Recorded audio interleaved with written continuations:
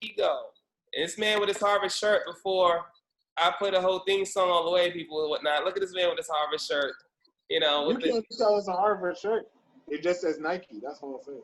And yet they want to make it seem like it is like Duke quality, Michigan quality. They're making it think it seems like it might as well have Jumpman on there. Might as well have Jumpman on the shirt or whatnot. It is Duke quality. You over there making fun of Michigan and Duke. It is Duke quality. Nike bids on it the same way that they do with those competitors. So, hey, don't sleep. Now, they want Harvard just as much. Harvard make a lot of money. That insignia makes a lot of money. So don't play. Phil Knight of Appreciation needs to send you a whole check on that. As the whole audio, Nike was trying to infiltrate my criticism or whatnot on that. But this man who was a proud, not only Northeastern alum, but also really one of Harvard's better employees or whatnot overall. Now he's at Leslie doing this thing, whatever, impacting the young lives and everything. So that's what I was saying. Harvard might as well bring him back or whatnot. Oh, by the way, before we play this classic music or whatnot, I noticed that arm. You're supposed to, sir, I see that arm. You got 3 plates. You are bench pressing 3 plates. That arm is huge. My arm is literally 2 plates. I see you, sir. Are you bench pressing 3 plates? It's just, I do a little here and there. It's nothing crazy, just genetics. Well, all I can say is that we are about to be live right now on Bigo, about to be live right now on so many other things, about to be live right now on Twitter, but most importantly, for the crowd right now, we are about to be live right now. Here we go. James Eddy, Andrew Jarrell Jones, about to shut it down. It's about to be the 3rd episode of Americans Didn't Create Soccer. Here we go. Hey. With this production fire. Indeed, everybody, indeed. How to build an empire. The song you should acquire. It's Aaron Jarrell Jones, James Eddy right here in the building. Americans Didn't Create Soccer. About to go down. Here we go with the legendary James Eddy. I'm Andrew Jarrell Jones, and we got episode 3 of Americans Didn't Create Soccer, live and direct with this great sir, James Eddy. How are you doing once again, good sir, on this Friday afternoon? I'm pretty good. I'm excited for the weekend. There's a lot of sports. Baseball is back. Soccer should be ending. So we got a big weekend ahead of us. MLS's back tournament is in the round of 16. I think that kicks off on Saturday. So, yeah, we got a lot. A lot's going on.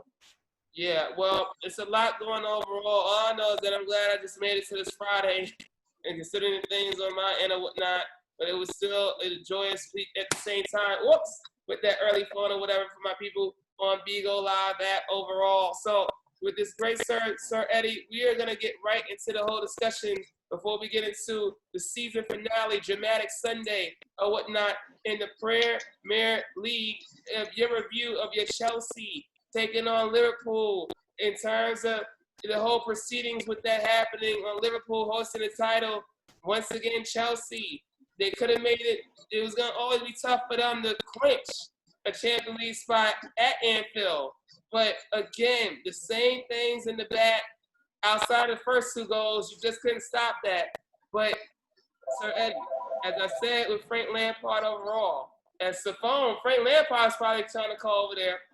As I said overall, it is something that, and people, this is the brilliance of live stream overall. We don't matter. We edit this out. It don't matter if we need to, but it's all good. I was just going to say, there's nothing I can do about this cordless phone ring. I have no idea who's calling. We get maybe 5 calls to the house phone a week. So, yes. Yeah, must be our lucky day. Congratulations. Well, either way or whatnot, they're part of the greatness that is the 3rd episode, Americans Didn't Create Soccer. So, your thoughts on that exciting 5-3 defensive masterclass from both teams, particularly towards your Chelsea, before we get into a dramatic season finale Sunday with Wolves coming through or whatnot? I can't believe you just called a game a match that 8 goals were in a defensive masterclass. Well, my sarcasm is just on point as always. Not how I would title it. I think what's basically the interesting thing for me with that game or the match, excuse me, was that similar to what I've been saying to you before, these were the things that have reared this ugly head the entire season for Chelsea. When I was telling you about the game against Manchester United, I never said that the defensive line was great. They are okay, and against the upper echelon of competition, and that includes Liverpool. Why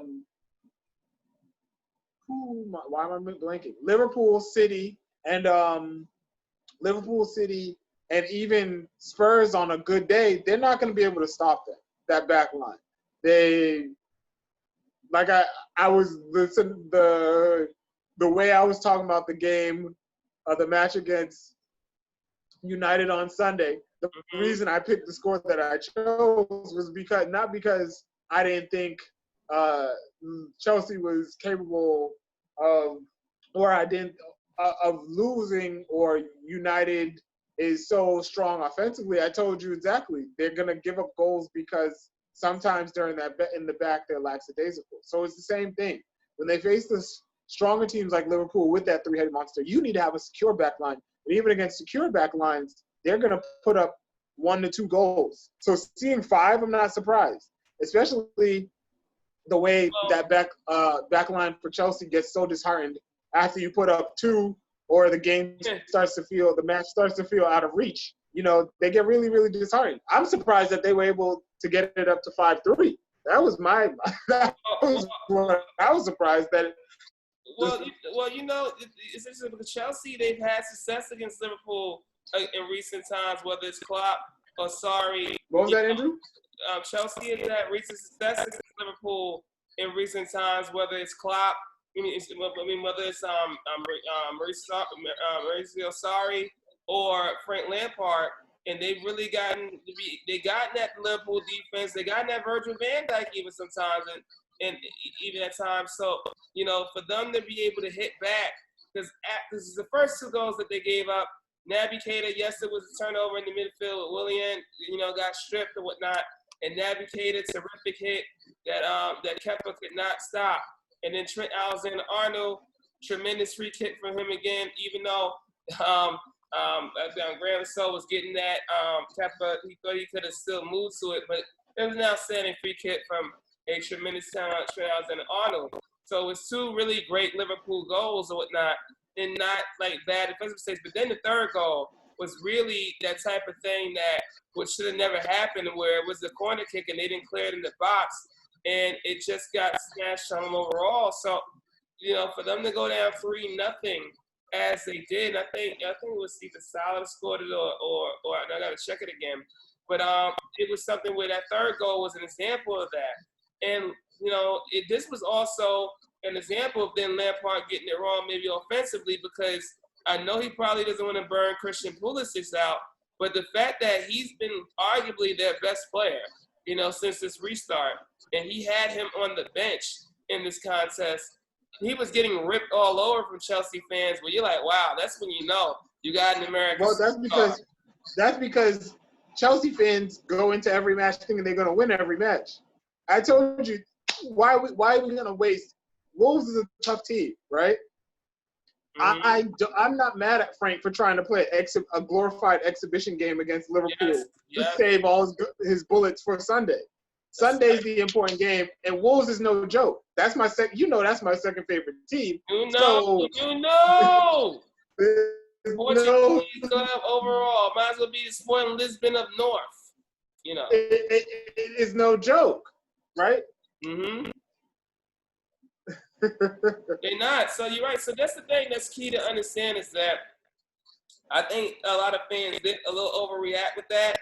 And Pulisic, he needs to be able to stay as healthy as possible, because Lord knows how fragile his hamstrings are.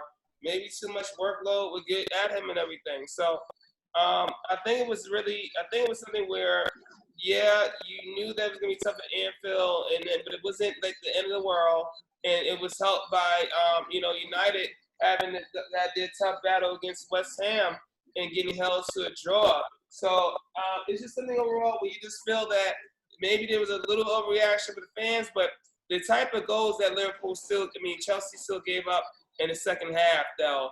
The counter attack where it was a perfect delivery from Trent Alexander-Arnold right to Firmino, who ended his goal-scoring drought. Tamara, I know that you're happy about that or whatever in Anfield. And then when, I'm not happy. Well, you're not definitely, but she certainly was or whatever before. I tell her, you're not going to win the title next season if you should lose for it still. But then, after, and we'll get the Pulisic whole thing, whatever, in terms of how dominant he was when he came off the bench. Tammy Abraham got another key goal for his confidence and whatnot to continue to show things, is the fact how they gave up the fifth goal. Again, it was as simple as a counterattack directly overall. Andy Robertson, he makes Jorginho look like a turnstile or whatnot, and it just was something that really was not a good look at all for, and we could actually show the highlight without showing the audio. But it really was something where it was a thing where they, again, missed N'Golo Kante. They missed his presence right there with that and how instrumental he is on this side. That's truly not a lot of great defensive players or players with a lot of great defensive pedigree. So, and to have Curtis Jones score that one and whatnot and just tally it home is just something that, again, you see this from Chelsea too many times where it puts them in a situation where if Wolves are able to get that early goal on Sunday, it's going to be interesting to watch because it's going to be a problem. Yes. And that's the game where, to me, you need Pulisic. You don't, because you need somebody who is going to put some pressure on Wolves to keep some of their midfield players back, to keep the pressure on their defensive line a little bit. You need some ebb and flow. It can't be one-way traffic. I know one thing about Wolves. If Wolves gets one-way traffic against Chelsea, they're gonna run away. It's a landslide. They got too much pace, too much skill up front. It's a landslide. So the only chance is for Chelsea to have some type of substantial offensive attack. Well, if you thought that one was going to be a crunch game on Sunday, Manchester United versus Leicester City is might as well be a Champions League final because both of these teams over the last week and a half has seen slip-ups, but especially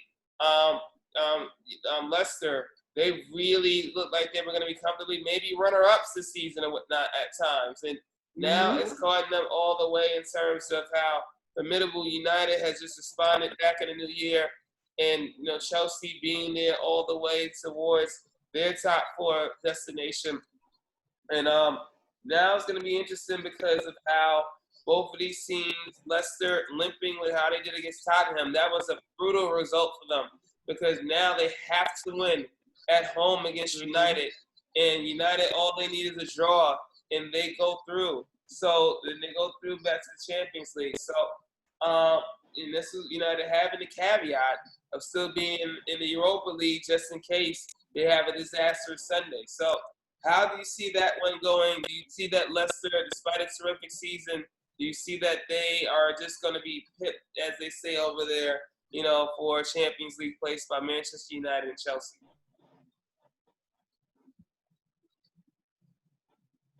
He's thinking about it. Mm-hmm. I don't even think about it. I think Leicester's done. I think Leicester's gassed. I think the restart did not help them. They're very much a team that relies a lot on momentum. Mm-hmm. And because they rely so much on momentum, what hurts them is that they don't have when they don't have momentum, they don't have the depth that there's a reason they're always the team that's about to infiltrate the Big Six. And they can't come up with I wouldn't say always. I would say just after they won that miraculous title, all the way now. You make it seem They're like always the team that's knocking at the door. They're like always around. You making it saying up for Everton like that be Everton and Newcastle used to be part of that.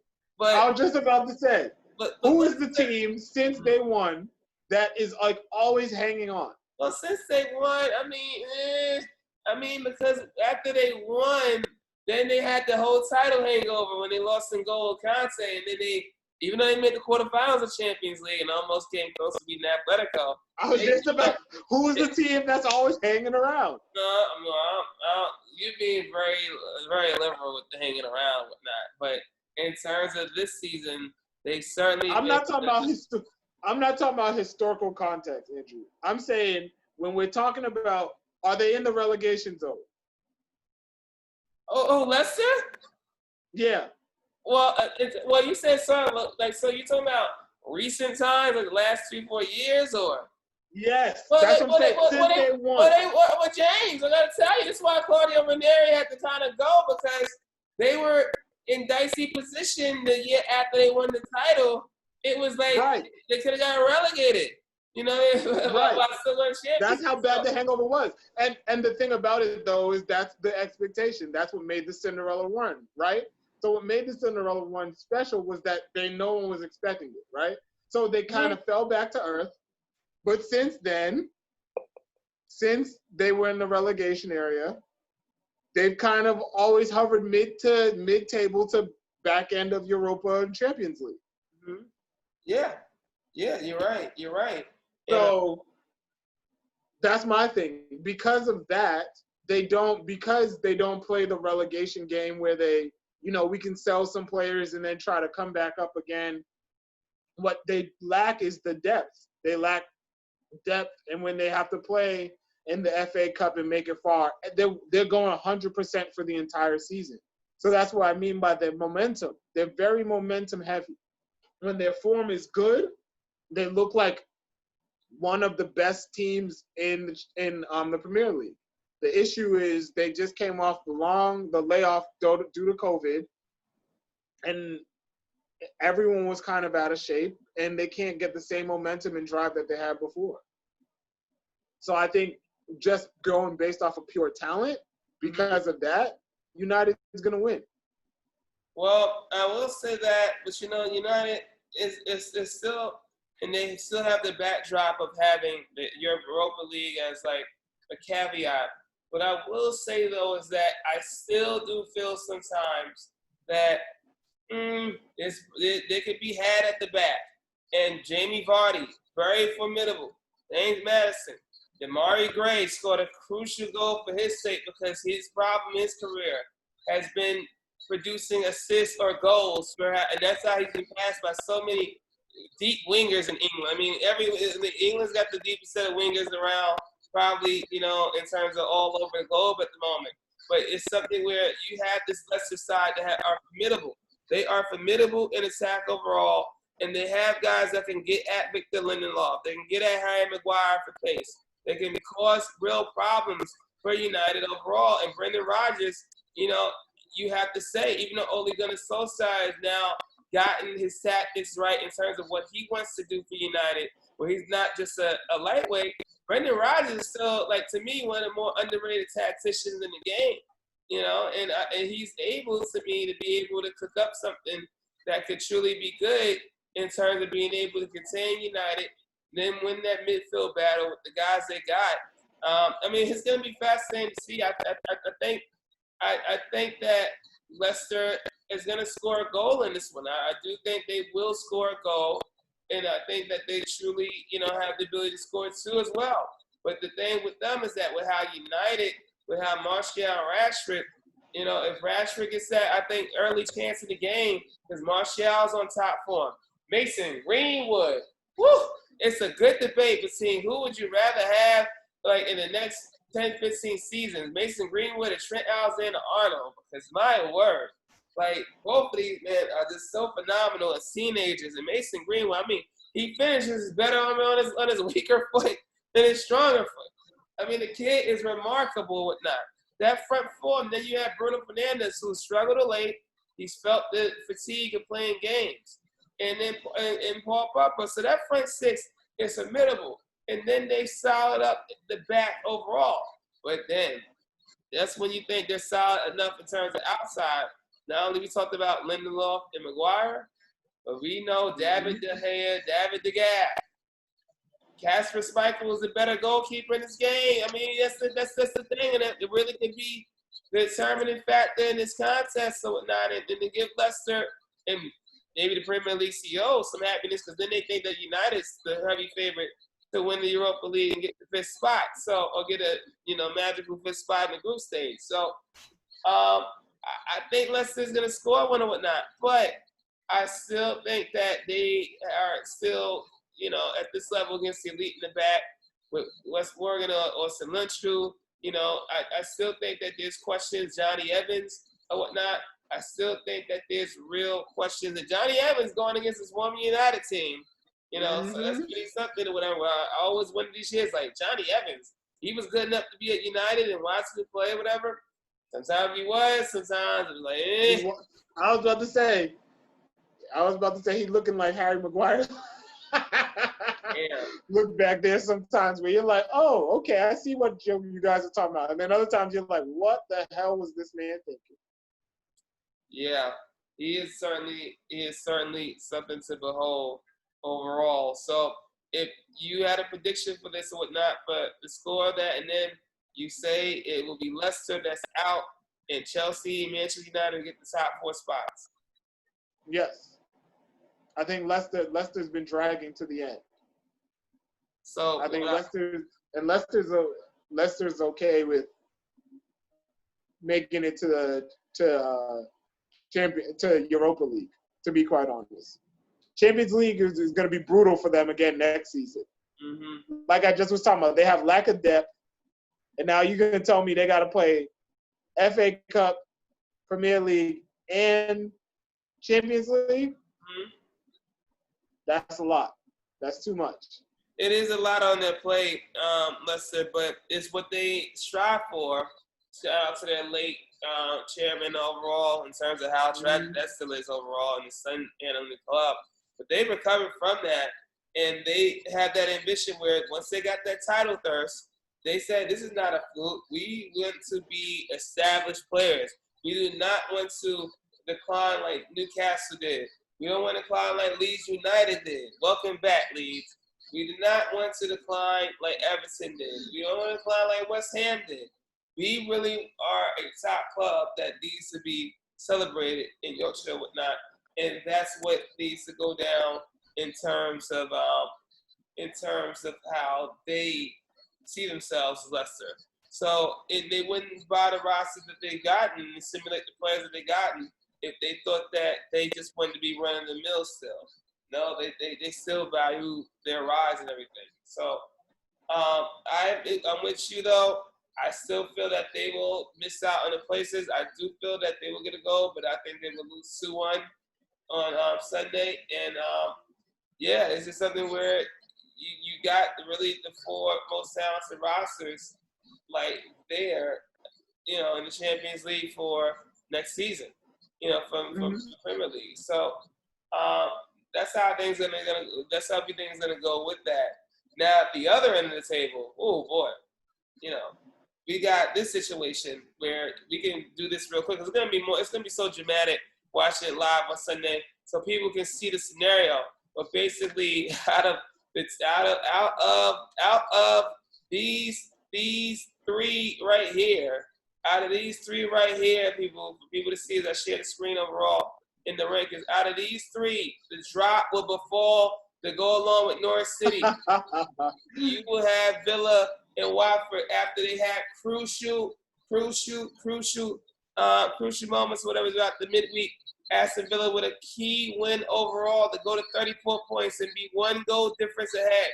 Bournemouth, despite 1 goal difference right there, they need both Watford and Aston Villa to lose in order to get in that.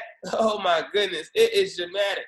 And now, look at who's the final games for these 3 prospective clubs. You have right here in terms of the season finale Sunday of so much pressure. You have West Ham versus Aston Villa. West Ham with nothing to play for, but probably proud at the end of the season. And David Moyes, they're hoping for it. So that's a huge contest there. Then you have Everton versus Bournemouth. And that's something Bournemouth has to win that game. All right? And then finally, we have a dramatic one indeed. A dramatic one indeed. With Watford take on Arsenal at Arsenal. So it is something where you could say overall that the team that maybe have it most favorable is Aston Villa, because they are facing the West Ham team when they play for that just recently saved itself. And, Watford, they could be, who knows, they could probably be bought out and played on ABC or whatever. So, yeah, I just think that, say it like that. I did. So I think that it's going to be telling. I think the two teams that go in terms of the three here, that's going to befall the drop. I think it will be Bournemouth. Without a doubt, they need that miracle, but I just don't see it happen. And then Watford, it's just they have that match against Arsenal, who wants to finish in certain positions. So that's why I think Watford goes down too. I kind of agree with you. I think Watford, out of the three teams, has to pull out the most magic. I think their team, at least if they can recoup something that they did last year, a little bit of last year's form, we might be able to see some of that magic, but I think they have the most work to do. I think Bournemouth is facing Everton, who is the king of hot and cold. And Aston Villa is also facing West Ham, who's the runner-up for being hot and cold. So I think, like you were saying, Watford has the most work to do right now. And I think Bournemouth, if we're going pure based off of form for the season and pure talent, and I would say Bournemouth has really kind of pulled it together, because they were really, really down there with Norwich for a little bit right before the break. So they have had to work a lot to even get to this point. But yeah, and I think Villa's talented enough that they can squeeze something out on West Ham. They can be conservative and sneak a goal. It depends on how West Ham's coming out as well. Yeah, it's going to be interesting. David Moyes is going to want them to finish the season off in style despite no fans at the home ground of the Olympic Stadium, London Stadium. It's going to be something where he's always like that as a manager, and still may feel that this is, again, his audition to keep the job, even though I think West Ham were, again, be like, David Moyes, we appreciate you for your services, but now we're going to go in a different direction as they would wisely do, instead of just doing the whole Groundhog Day, overall. So I think that's just going to go down. I think it's going to happen, and we just see that going down, where it's still going to be dramatic to watch. Villa, they should. Of course. Oh, you said of course?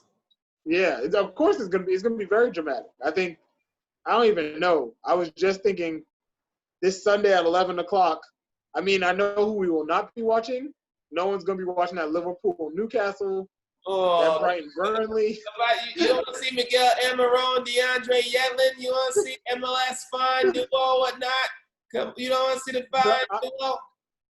I'm good with that. I don't want to see them. That game is going to be another glorified exhibition. So is Spurs, Crystal Palace. What about Sheffield, Southampton? They're going to Southampton's fun to watch. Sheffield. They are. Center backs. Oh, this is the game of the weekend. Burnley versus Brighton. Oh, gosh. Don't even get me started. Brighton, I don't know what's going on with Brighton. It's nice. It's Sean Dice. Oh, my gosh. So now we'll get into the discussion of, as you mentioned, Liverpool, the certain person that hoisted the trophy first for them was their captain, Jordan Henderson. Somehow Jordan Henderson and whatnot was somehow given the writers' Player of the Year trophy overall with Jordan Henderson. Now, this is something where, before we get into this whole thing of how that should never happen, Jordan Henderson's had a very, very underrated quality career where he was supposed to be an exciting winger coming up in Sunderland. They paid him big money and whatnot. So we're gonna go through we're gonna go through Wikipedia and show people overall. This is how the Jordan Henderson history, came to be. And just like I call him like the English Bastian Schweinsteiger, because like Bastian Schweinsteiger, he was supposed to be the deciding outside player, supposed to be dynamic. But the problem was that he wasn't really that dynamic enough to be scoring goals all over. Whoa, scoring goals all over. Uh-oh. Yeah, I know. Just a whole rumble out of nowhere and stuff like that went down. He wasn't dramatic enough to score goals all over the place. And I almost hit my tellywhacker. He's almost scoring enough to score goals all over the place. And he just wasn't making a difference in the final third. So it was up to him to make a career choice, just like Bastian Schweinsteiger, to really be someone where he's quick enough in the midfield. Wow, I'm just having everything fall, whatever. He's quick enough to have everything going down the midfield and have everything go down and still be an engine enough and be able to pass well. And he had to make a career change at Liverpool where they signed him. He was supposed to be that star, outside offensive player, whatever, at least on the wings. And they realized, well, we're paying you all this money, but you're not producing any goals under Kenny Dalglish. You're not producing anything of goals under Brendan Rodgers. So we need to think about changing your position. And he's become such a engine as a holding midfielder where he's just a true mainstay and someone that's still an established starter with England. And now, certainly one of the, respected midfielders in the world, even if you don't think he's Luka Modric. He's certainly not, he's not Luka Modric. He's not Thiago. He's not Rakitic when he was on top form. He's not certainly Kevin De Bruyne or whatnot. And he's still someone that's that tweener where he's definitely not a destroyer as a holding midfielder. But he's definitely not going to be a playmaker. So he's a box-to-box energy guy in the midfield. And, he's really made become what people thought when Liverpool was getting better, is he going to still be a starter there? And not only that, he's the legit captain under Jurgen Klopp, who's always looking for the best. He's earned it. He's really earned that to be where he's at and everything. With that said, writers in England, we know y'all love your white supporting players of note or whatnot, especially when it's the captain for the team. Finally winning. Especially ones who are from England, who are born and bred in England. Yes, and who's on the team where they finally ended their Premier League title drought ad nauseum. That's all I'd say, because he's not even the best holding midfielder on his team. The person that should have won on the team, as we talked about in the pre-call, is obviously Trent Alexander-Arnold, because this kid's spectacular. I think he's definitely the most assists from a right back by far in Premier League history, and I think even in England top flight history. And it's just how remarkable that he's continued to become this really special, unique talent who went from this great kid that's filling in for Nathaniel Klein to arguably putting himself in the argument as best right back in the world. Certainly offensively, he's that and then some. No question about that offensively. He really is. Now, defensively, it still leaves a lot to be desired, especially when, or at least at the highest level, considering that Christian Pulisic definitely did a number on him the other night in terms of his terrific assist to Tammy Abraham. But he's still growing as a defender in terms of position sense overall, and he's still a good enough athlete where he's not bad defensively. But he is just so extraordinary going forward, and I think, he should have been the choice for them. And I think Kevin De Bruyne should have been the first choice for anybody not on Liverpool. Your thoughts, good sir? I think I was surprised. I feel like what happens in sports, when you're thinking about the most valuable player, if you're not going 100% statistical analysis or something close to that, I often think every season tells a story. So when you have an MVP, they're part of that narrative. If you were telling me, I mean, other than COVID-19, with the Premier League 2019-2020, that Jordan Henderson was the player of the year for the Premier League 2019-2020, I'd be like, and I watched him play, I'd say that guy's the best player of that's the best y'all got. Yep. So in my mind, it was like, I was just even surprised. Like you said, I love Jordan Henderson's game. I think he's amazing. I don't know if you were trying to, we're giving it to the captain of the best team. Liverpool's won that trophy, and they would not have lifted the trophy without Jordan Henderson. Mm-hmm. But they also wouldn't have lifted the trophy with a lot of other pieces that were involved as well. That's right. I think if you're putting him up, I mean, even the person who won runner-up, Kevin De Bruyne, if you're thinking about him, like, it's not even close. In my personal opinion, it's not even close. So I don't. It was very startling when I saw that he won player. I was like, him? Ooh, okay. It's like thinking like if every league put up their best player, they put up every football association put up their best player who's involved with their domestic and national teams. Everybody's like, Spain is like Messi or Benzema. You know what I mean? Italy's like Ronaldo or several other folks. Yeah, Mobley for sure. Yeah. Right? The Premier League's like Jordan Henderson. Everyone's gonna be like, excuse me? It is awkward. It is awkward. I mean, you said it so perfectly. Because for them, the ramification of him winning over Kevin De Bruyne, over Trent Alexander-Arnold, over Jamie Vardy, I mean, hell, I even would say Danny Ings. I mean, Danny Ings has been remarkable this season for Southampton. You got these choices and whatnot, and you just settle on Jordan Henderson. It's just, come on now. Like, it's just so much where you couldn't have, downstairs or whatever in terms of feeling that you could have like Sadio Mane or having Mo Salah or whatever, even is consideration for, even though they definitely didn't have the dominant season they had the year before. It's just something that you see that, and it's like, what were y'all watching? Like, why are you giving a false account about player of the year stuff? It's really a false record to do things like that. It's whether in any sport that goes down, it just baffles my mind why there's people working in there that simply cannot see who is a best player in any year. It just baffles my mind. And it's like it'd be one thing if Jordan Henderson had a 10-goal season or whatnot. If one thing, whatever, he's really producing whatever. But let me, as I tell people, see these stats and whatnot for Jordan Henderson's season and this COVID restart and everything and whatnot.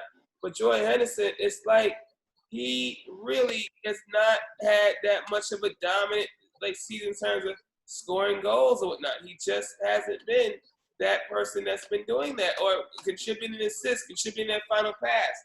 Yes, his energy in the midfield, his leadership has two-way ability. But it's still something where he's still not that guy that's going to be like, wow, he's unlocked the game for me. He's really made it, like he's truly someone that's a match winner on his whole day or whatnot. I just can't comprehend it overall. And it's something where he's had decent stats. I mean, look at this, all right. Decent stats for being a holding midfield overall, all right? Decent stats. 4 goals, 5 assists. Pass accuracy in terms of team play. We're gonna talk about his cross accuracy and his passing accuracy has been pretty decent overall as well. I'm shocked they actually didn't get the percentage here in terms of his pass accuracy. But he again hasn't missed a few games overall, and in tackle rate 65%. That's all commendable. That's all good. let's bring up Kevin De Bruyne, all right? Let's bring up Kevin De Bruyne, all right? Because that's right there is when you get into some nonsense of like, why in the hell would they go ahead How and embarrass how is this somebody? season close? That's what you get into. How You is get into how is the season close?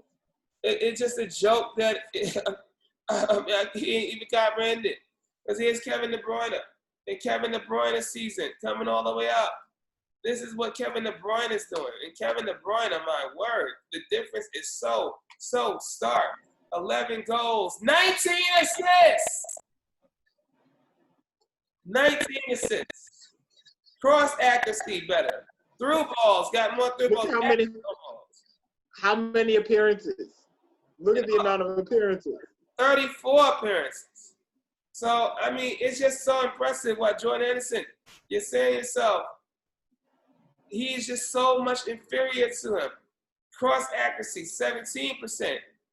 Through ball, 7. Accurate long balls, 125. This man, only in accurate long balls does Jordan Henderson have, whatever, because he plays a little deeper. And it's just, this guy, Kevin De Bruyne, is just incredible. He really, truly is. And it's offensive that there's a debate between them, whatever, let alone Fabinho at, like, Liverpool in terms of him being the best central midfielder. Now let's go to back to Liverpool and Trent Alexander-Arnold. Let's go to Trent Alexander-Arnold because it's a crying shame that, again, people still consider Jordan Henderson as their most valuable player. It just is just on some ridiculous stuff. So right now we have Trent Alexander-Arnold, and before we do that and everything, to see how he does with his stats, and it's something where 6 goals, 20. I'm getting ahead of myself. It's saying the rest of the season in terms of the season. This man, Trent Alexander-Arnold, whatnot, it is really impressive what he's done overall in terms of scoring 4 goals a season. And he's literally had 13 assists overall, racked it up. I mean, it's just been a commendable season that he's produced what he's produced as this amazing 19-year-old. He just moved to strength, what he's done and what he's produced. And from, again, the right back position. So he's been solid defensively. No red cards, 5 yellow cards. I mean, it's just something where from an 18 to a 19-year-old, he has amazing composure. So I just say no matter whatever the profession of sport, when you just have false accounts like that happen, James, and it's just something where we both feel wholeheartedly that I mean, Raul Jimenez certainly was more, Raul. I was gonna say there's a lot of people out there. There's a long list of people. When I saw it today and I said Jordan Henderson, I was like, whoa. Pierre, Emerick Obama. We're not gonna talk about Salah, Mane, anyone else on that team. I get it. You want to give it to the unheralded hard worker. I get it. But yeah, it seems a lot of people have really special seasons this year. Yeah, and you decide to just be like, we're just gonna give it to this captain or whatever, because he looks the part all the way. Jordan Henderson being 30 years old is pretty wild, but that makes sense overall. But yeah, all I can say is that it's a combination for him. It's considering they got him for 16 to 20 million. So, good on them for that. And that's what they went and got, and big up to them with that. All right, so let me ask you now. We can switch over here to this side of the pond because MLS, even though we barely had as much time, but we still got love for our domestic league or whatnot, despite a lot of things. And now they're on to their knockout stages overall of this MLS back whole, an interesting mess or whatnot, where teams have to drop out because of coronavirus, as Cardi B would say overall. And I just think that we didn't even look at the brackets overall. We just haven't. I was gonna say I just know the Revs are in. There was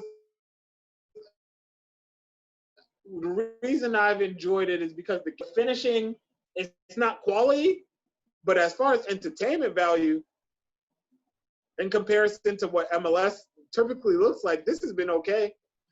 It's been all right. It's been entertaining, but the quality is not great. Not gonna lie. What's the thing that's entertained you the most? What is the thing that's entertained you the most so far? Which game? I like that the fact that goals are being scored.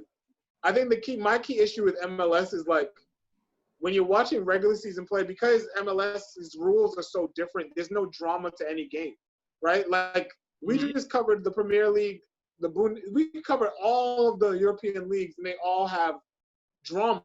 There's something there, right? Like a game on a random Saturday between Southampton and Sunderland can have ramifications that will impact who's going to get relegated. Because there's no promotion or relegation, it feels like some teams in MLS are playing through the motions. Yeah. And a lot of times it looks like glorified exhibition games. And then the issue with that is, at least with the glorified exhibition games we're getting in the Premier League, you'll get some amazing, what that means for European guys is like, I'm going to try to dribble through everyone and be amazing, right? Like I'm going to dribble through everyone and take a 25-yard shot that's going to net in the corner, right? Mm-hmm. Whereas MLS, it's like you try to do that and your coach is reaming you out because there's no time for brilliance in MLS. So it just makes it really, really difficult to watch it because Sorry. Thank you so much for your. That was ad right there. Sorry about that. It makes it difficult to watch regular season MLS because it's just like I said, it's going through the motions. I think like everyone was so surprised by El Tráfico, the first El Tráfico. Yes. But that game had spice to it, right? Like it was entertaining. Yeah, the whole dynamic. The crowd was there. It had spice. And I'm like, that's what MLS needs. With this tournament, because it's like random, it has that energy. Even though there's no crowd there, both teams are like playing because it's kind of, it's random. So it's like, everyone on it's any given Saturday. Yeah. So because it's a tournament format, I feel like the players are playing towards something, and there's not really anyone trying to park the bus or be strategic in that way. It's like, okay, we have to win by 5 goals. So let's try to get those 5 goals by any means necessary. And that's what makes it fun, is you have an open game. If you're not going to have quality, give me open game. And that's what we're getting. Well, we certainly get that because we can watch the highlights. Same thing, thankfully, because MLS just wants to have any show promoted of that 6-2 thriller. We're seeing, and once again, El Tráfico has been front and center of it or whatnot. Well, that game was fun. That was a good net off of Latif Blessing. But it's been all LA Galaxy. So let's go right to the beginning. 5 minutes here. This even with Twelman's annoying announcing or whatever on the side. But it was really fascinating to watch this and whatnot because to see how shambolic the defending was, even at the restart, how this was going to go down, and the big difference in playing at night than the next day in the season. So here we go. And they could be in here. Ooh. They have taken the lead with an own goal. Absolutely against the script. This is my first time seeing the full highlights of this one. Because LAFC have stuttered out of the starting. I watched it up until from the opening. LAFC went up 4-2. Then I stopped watching. It's amazing. Carlos Pavone, and we don't need to hear us arguing on Tel Twelman. Carlos Pavone. Christian Pavone. It's incredible what this kid was supposed to be. He was supposed to be one of the best, like literally. Like he was really Argentina's, really from Boca Juniors. I thought he really was going to be a dominant La Liga winger or in Premier League, be in the top 2 leagues or whatever, and be one of Argentina's next stars. And it's just so shocking to see him still at a young age play in this league or whatnot. Like he is Miguel Almirón, even though he was supposed to be a legit already major talent or whatnot. So to see him and PT Martinez in this league, PT Martinez of Atlanta United, it just shows you just how, in some weird way, this league is still, getting these young comedy ball players or whatnot, and knowing that they need that type where they're not gonna just have to bank on these European stars that are fading all the way, But this one, as we go through this whole highlights, whatever, to speed it up and everything, I think that when I see LAFC overall as a club, that this is a club that to me, still has, no matter if they're at home in that wonderful new stadium in LA, or if they are, on the road, they still are just a club with so much explosive parts to it. And, the Galaxy is a little nervous. They are a little nervous, no doubt about it. They are a little nervous. So, I mean, wow, he just took him down or whatever. He really did. Keeper's right. Diego Rossi. And Rossi, he's just come out the break and just slam stuff home. He really has. But again, it's amazing seeing Christian Pavone play in this league or whatever. And I mean, it'll never stop fascinating me with this. But what I will say is that the Galaxy without Zlatan and the Galaxy, having when they had Ashley Cole, a few years back, it's really still, it's a little surprising seeing them without that dynamic star and whatnot. It really is. Oh, they had Chicharito. Well, that is true. You're right. They did. But he injured his calf.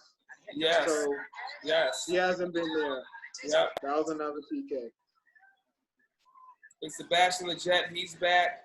So, Sebastian Lletget, by the way, of dating Becky G. All right, Sebastian Lletget for you. Becky G's a bit sort of was getting a lot of hype as a pop singer, but she stagnated over the last year and a half. But I'll show you her all overall. I was gonna say I have no idea who you're talking about. Yeah, well that's Sebastian Lletget, who former West Ham product, Sebastian Lletget, but he returned to being a U.S. star overall. Hopefully he gets back to his form after his big injury that he had. But I just can't believe he's in this league. I cannot believe this man is in this league. I think the first ball, if I remember, I think the first PK got saved that he took. But they said that the goalie jumped off his line. So they made him retake the PK. So this is the second one. But the first one he missed. Yeah, he did. Oh, didn't see that. I did not see that for Coelho. Why would he go do that? Wow. Ooh, Lord. Look, he went high on him, whatever. Well, I want to push him, and that was the other way around. Dang. I just think it's just so hard, even with them getting back or whatever, and like this, and we know MLS quality overall. But this is just such a atmosphere that truly makes it more, kind of awkward and bizarre. But and it's a key where you don't play in the day, in the night. Where that's one thing with MLS problems that having to play in the summer. These games sometimes in the summer, they play in the searing heat that they play in. It's just you cannot produce the quality. You cannot produce the quality that you can produce. My issue is what MLS fails to understand is that Americans, even if they don't understand soccer, they understand entertainment. The way that the MLS schedule works does not breed either. Right? They don't have the quality, and then it's not entertaining because they have a playoff format. So it's like, it's a very weird schedule. I've been saying that to my brother-in-law. I'm like, they need to make it more simple. Even if it's not even if you don't have promotion and relegation, At the very least, make it a tournament similar to what every other soccer nation does. Make it a full season tournament. You play everyone twice, a home and home, and you determine who the best one is. You get 3 points for a win, 1 point for a draw. I think that's. So you want the mid-season tournament regularly? Yes. See, the reason why it's going to be a sticking point is because they decided that they want to have the Super League in terms of these matchups with Liga MX. Then you have the CONCACAF Champions League. Obviously, a point that MLS is still hoping to finally win so they can go to the Club World Cup, which is vital or whatnot for the league's reputation. I mean, you have a league with MLS, the A League, the K League, the J League. I think the CCSL, all these comparison leagues and whatnot have had trips to the Club World Cup. MLS is still looking for that Club World Cup berth or whatnot. And so it's really significant. Like, you got that on schedule. Then you have the U.S. Open Cup. So it's so difficult under normal circumstances where you would want to put that on the schedule. But it's commendable, though. Well, I try to figure out something's got to give. I think if the other FAs, if UEFA is able to put it together with all of their stuff, why can't we put it together? Yeah, you're right about that, man. You're right about that. They have their own domestic league. They have the Champions League. The Super League needs to go, but we can still keep the U.S. Open Cup. Oh, you got to keep the domestic cup now, James. You made it seem like we can still keep the U.S. Open Cup. You was about to ditch the Lamar Hunt U.S. Open Cup because what MLS pooped on the cup itself. That's MLS is doing for pooping on the cup. Well, I mean, when they proposed promotion and relegation, MLS literally came out and was like, the USL is not good enough to compete in MLS. Well, we saw a few times, though. We've seen, though, that they've been able to cause us to upset the USL team. Right, but that was what the USSF declared. So I'm not going based off of. To me, it doesn't make sense. I like it. I like Domestic Cup. It's fun. It's fun to see some barely amateur team where dudes are getting paid $180 per game, and half of their pay goes to the referee, playing against these MLS juggernauts. That's hilarious to me. It's great. The soccer needs more of that, right? But like I said, the bigger issue is because MLS is so against promotion and relegation, because it is a Ponzi scheme. Yes, it is. Or a pyramid scheme. And they need to reach that magical number of 30 teams. Yeah. Right? Because they need to reach that. They don't even consider promotion relegation. They don't consider taking a format similar to every other soccer league. It's like, no, we're going to do this very awkward Big Four sports way. And soccer is not a sport that's conducive to playoffs. It's not. Well, you say that, but I will say that Liga MX is that tremendous hit by Carlos Vela there, but well, not Carlos Vela, excuse me. That was right there. I think that was. I'm trying to see if I can see it again. Well, I mean, that was a spectacular hit right there. It really was. Liga MX has really been successful at it in terms of really being able to make it happen in terms of they've harmonized it. You know, they've harmonized it where you still get the excitement overall with this. And so they made it happen in terms of the playoffs and whatnot. What I would say is that there's a way that, and I say this all the way to the, to NBA and to NFL or whatever, where there's a way where you can do it, where you can do playoffs, but you still reward the regular season.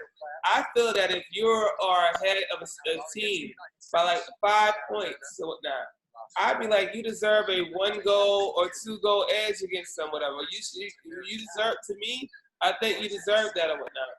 In terms of when I talk negatively about playoff, I'm not anti-playoff with football. with soccer/football. I am anti 100% playoff. I'm anti these top 4 teams in this conference get in, and they play each member of their conference 6 times. They play each member of their division 6 times. They're trying to do the scheduling similar to like professional basketball. Yeah. It doesn't make sense. There's no Well, I don't know when the Revolution play the Chicago Fire. Why should I care about that? Yeah, I agree with you, man. And I just feel that they've expanded too much. I feel that they expanded too much.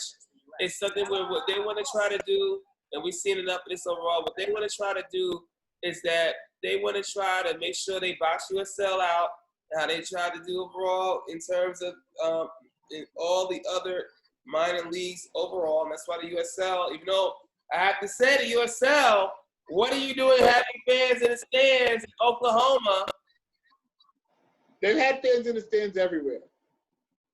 They have. As long as the state allows them to have sporting events. That's right. Republicans being nutcases. Because people know I keep it real like that. Back you all the way. It really, really is still commendable to see yourself. Besides that, still truck on and do his thing, whatever.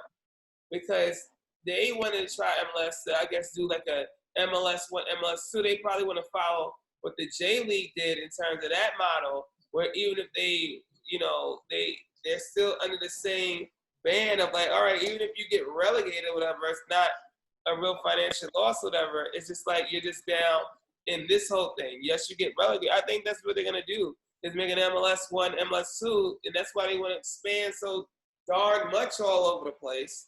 Well, even that would be better. Even if they do MLS 1, MLS 2, if that was the dream, that would still be okay. I mean, they literally turned down how much money from that guy in Miami who was willing to pay them to go into pro. Like, he was willing to put in, like, buy 30% of the league or something like that with a 10-year plan. Let me check that, brother. If they literally adopted promotion and relegation, they would not do it. They literally turned down, I think, like $300 million or something stupid like that. Just because they want to keep their pyramid scheme. Mm-hmm. Oh, yeah, Don Garber not going to make that happen or whatnot. Don Garber, he's going to literally go all the way to back because he's like, in America, we do it just like this or whatnot. We do it this way. And it's just what it is. And I actually had to find out, like, exactly where that price was for that, So, that's what it is. And speaking of Inter Miami, I think people are getting on them a little too much. Of course, they're having a historically poor start, but this year is kind of different. I mean, come on. Not anyone can compare or try to link in this start all together, because I like David Beckham overall as a person. I just feel that it's just a little too much overall that they're kind of forcing. And I think going a little bit to bat with it. But I got to say that, Miami, they just didn't get that caliber player at the beginning that they probably was banking on. And that's why they have struggled. It's the fact that they don't have, they have Adolfo Pizarro and Mateus Pellegrini, but these guys aren't household names overall like that. They're talented players, but they're not big-time players overall. That's like, we were looking for Edison Cavani. That's who they were like wanting the whole time, Edison Cavani, and also saying Cristiano too, but that wasn't gonna. He's like, Cristiano gonna come over when he's 40. That's when Cristiano's gonna. He gonna come. Sorry. Go ahead. He gonna he probably gonna steer clear here because well, first off, he didn't want to come over here when he was like really old, but also because of what happened in Las Vegas. Oh yeah. Yeah. So it's a real thing or whatnot. It's a real thing where they tried to hope that it was gonna go down, but I can't see that transpiring. I can't see it transpiring in terms of that. So they really have to me, get that guy that they want to get. And this has been an awkward period for them, but they just don't have the roster. It's been, for them, this is the worst time to have an expansion team come through and try to be all competitive. But I think people need to lay off them a little bit more.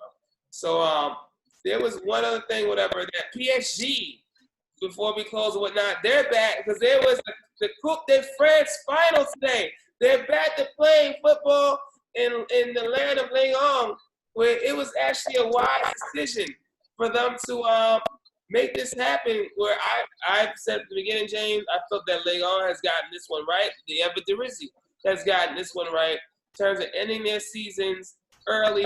The Bundesliga fortunate that their schedule of only having 18 teams, allowing them to be able to finish quick in the COVID-19 era. And we had, I think, the full little bit summary of all this before we sign off, where to give a shout out to the Nazim Richardson, by the way, rest in heaven, to the great Nazim Richardson. For those who are of the fandom of boxing, of the Pulitzer sport, legendary trainer of so many, but especially Bernard Hopkins. But we're going to go right here in terms of PSG to see how they did their thing today and this full victory overall to get what they got.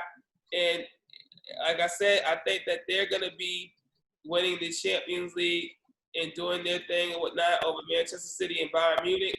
It's already gotten off to a good start. You see Kylian Mbappe getting that trophy right there, getting all cheesy happy, and Bleacher Report doing all their stuff, whatever.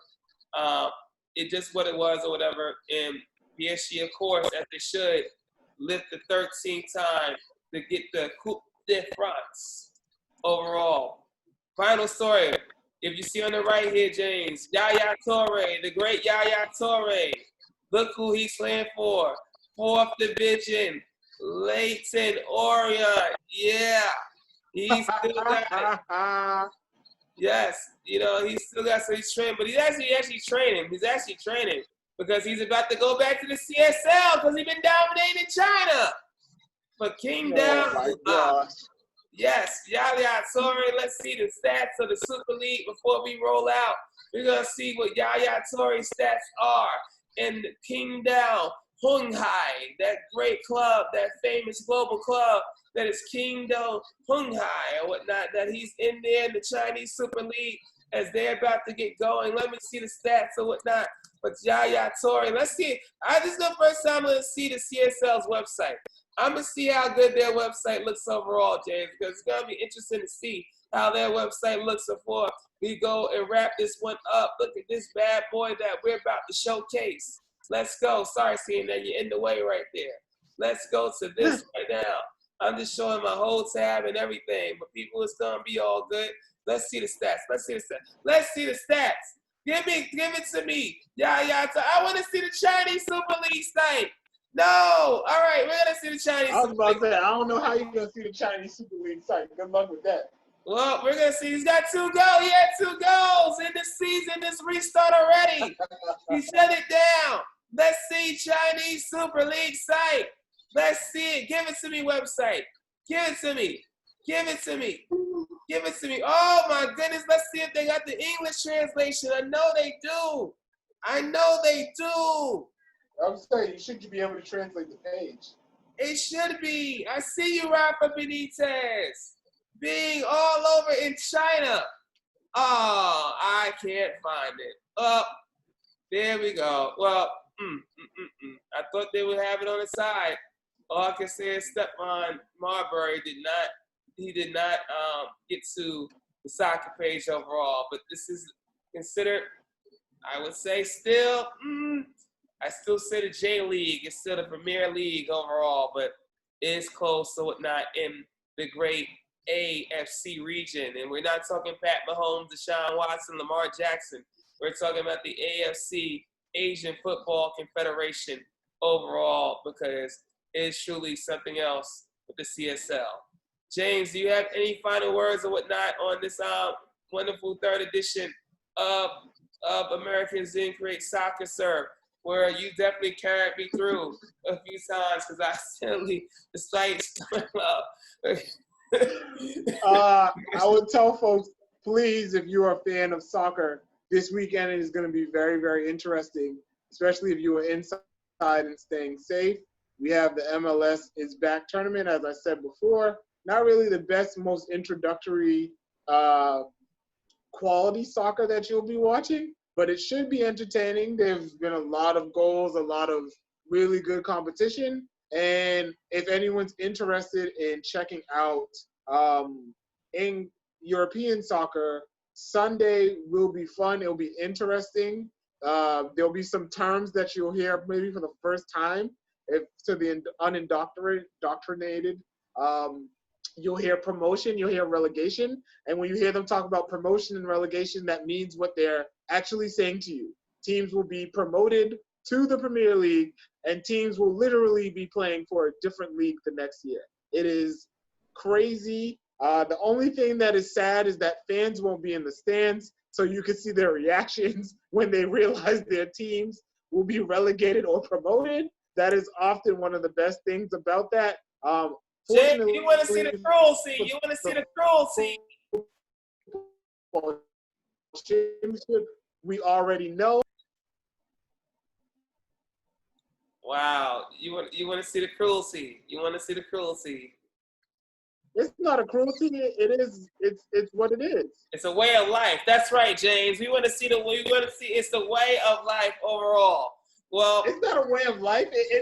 It is what it is. It's one thing to watch a team lose. Wait a minute. Right? What you mean it's not a way of life? It's the pain. It's the despair that you see where sometimes your hard work does not lead to promising results or whatnot. Well, supposedly hard work. Now your best work is certainly not your best work.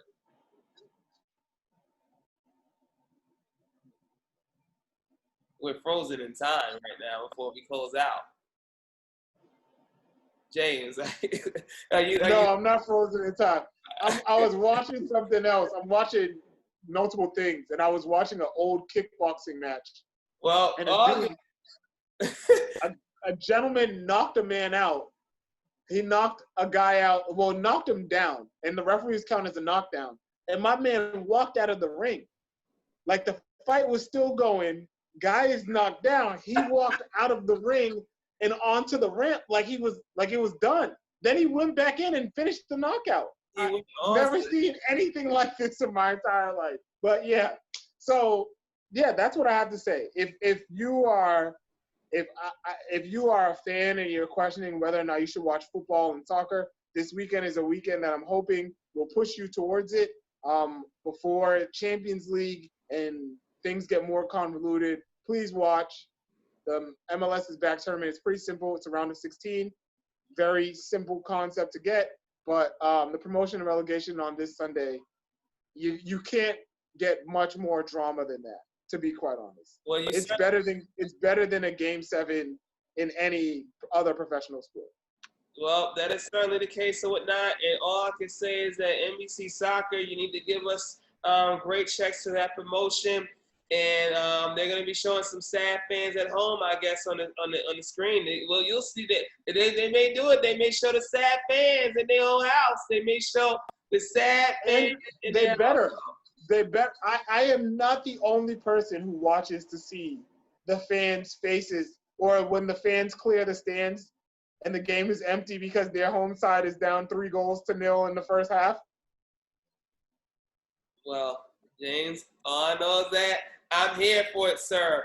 I'm here for it, sir. Well, this has been a special edition. We had a great audience on Twitter, actually, overall. We're going to have a great audience when you watch on YouTube on the live stream.